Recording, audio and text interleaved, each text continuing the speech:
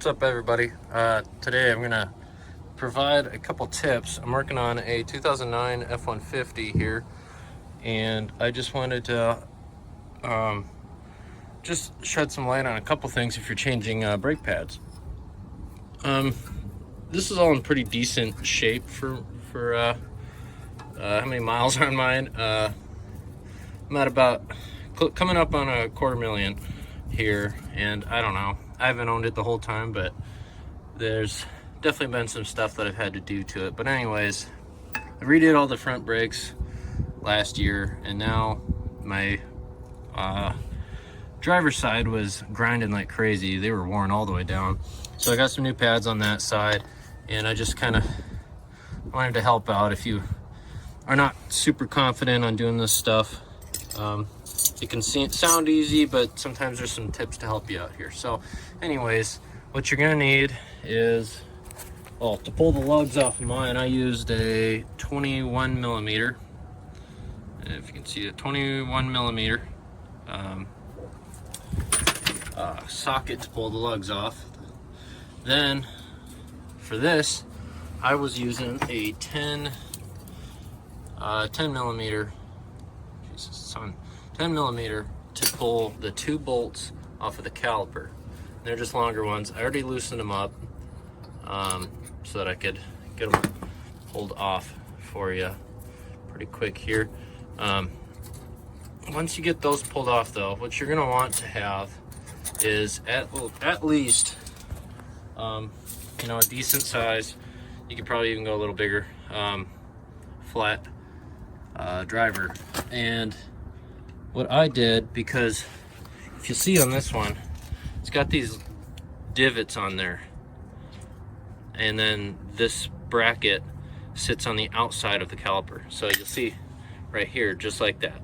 And so this part actually holds onto the divots on there. So you can't just pull this thing straight off by releasing a little bit of pressure, but instead you have to release the pressure from the cylinder itself in there, if that makes sense. So what I did is I put a screwdriver in here.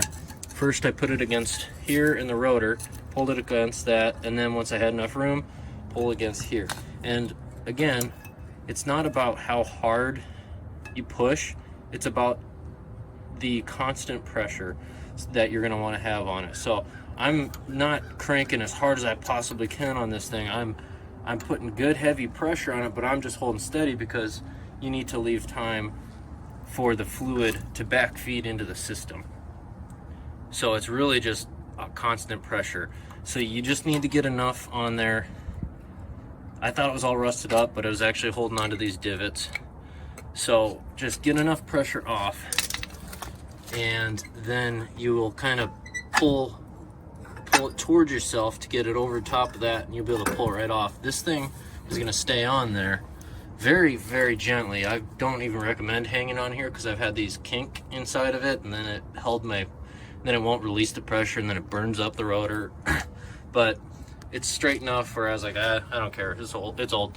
But so this part holds, it goes inside of that cylinder, and that just comes out with it because it's just got this and this, and it sits right over the top, so it's designed to just go right on top of it. Whereas this one on the front can't do that. It can't pull off. It has to come out this way. So it kind of does that. So just thought I would make a quick short video for you guys on the whole situation. These were almost dead anyways, but my other ones were completely run down, so I don't know if this side is even working anymore. It's just gonna have to try it out. But anyways, I hope that helped you guys. Make sure you pop these off. I used a hammer and a screwdriver last time on the other side because it was so rusted out, but like this side, so it looks like one piece. But get those replaced. Mine came with new ones, and then obviously the new pads.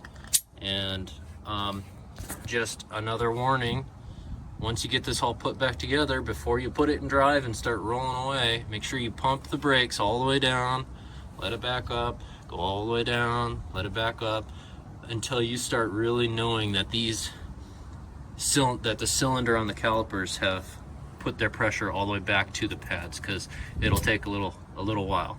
You definitely want to make sure you do that if you're doing all four pads at the same time, or 4 sets of pads at the same time. But yeah, I don't want you rolling away without knowing that you don't have pressure. So just make sure you give pressure to all the pads before you start rolling, and you should be good to go. Make sure once you tighten up your lugs on your tire, I don't know how long you're supposed to wait until you try to check them again and re-tighten them up, because these wheels tend to, you know, sit different. So make sure you go back and tighten them up. But other than that, you should be good to go. Hope this helped. Thanks. Bye.